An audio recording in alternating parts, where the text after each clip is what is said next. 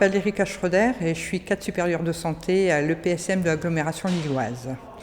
Donc les entonnoirs, le nom des entonnoirs, il faut savoir que le nom a été choisi par les patients parce que les entonnoirs, c'est une émission de radio qui est animée par des patients qui sont suivis en psychiatrie sur la ville de Roubaix. C'est des patients qui sont sortis de l'hôpital, qui sont intégrés en ville et qui ont, par le biais de cette émission, la possibilité de s'exprimer sur d'autres sujets et dans un autre format que ce qu'ils disent d'habitude à l'hôpital lors de consultations ou de choses comme ça. Donc c'est ça les entonnoirs. C'est une émission de radio où ils sont capables, où ils peuvent mettre en valeur les compétences qu'ils peuvent avoir sur différents thèmes. Les entonnoirs ont démarré en 2004-2005. En fait, c'est exactement au même moment que l'ouverture de la condition publique.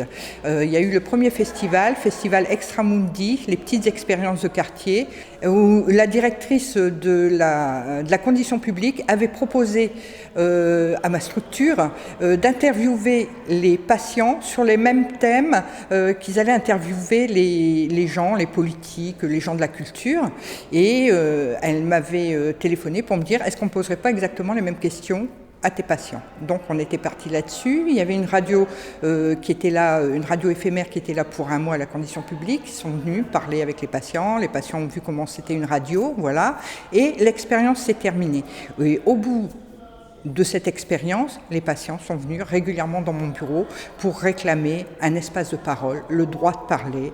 Et c'est quelque chose, on s'est aperçu à l'hôpital, même si on est là pour les écouter, en fait, ils avaient peu d'espace de parole. C'est de là qu'est venue cette idée d'émission de radio, les entonnoirs.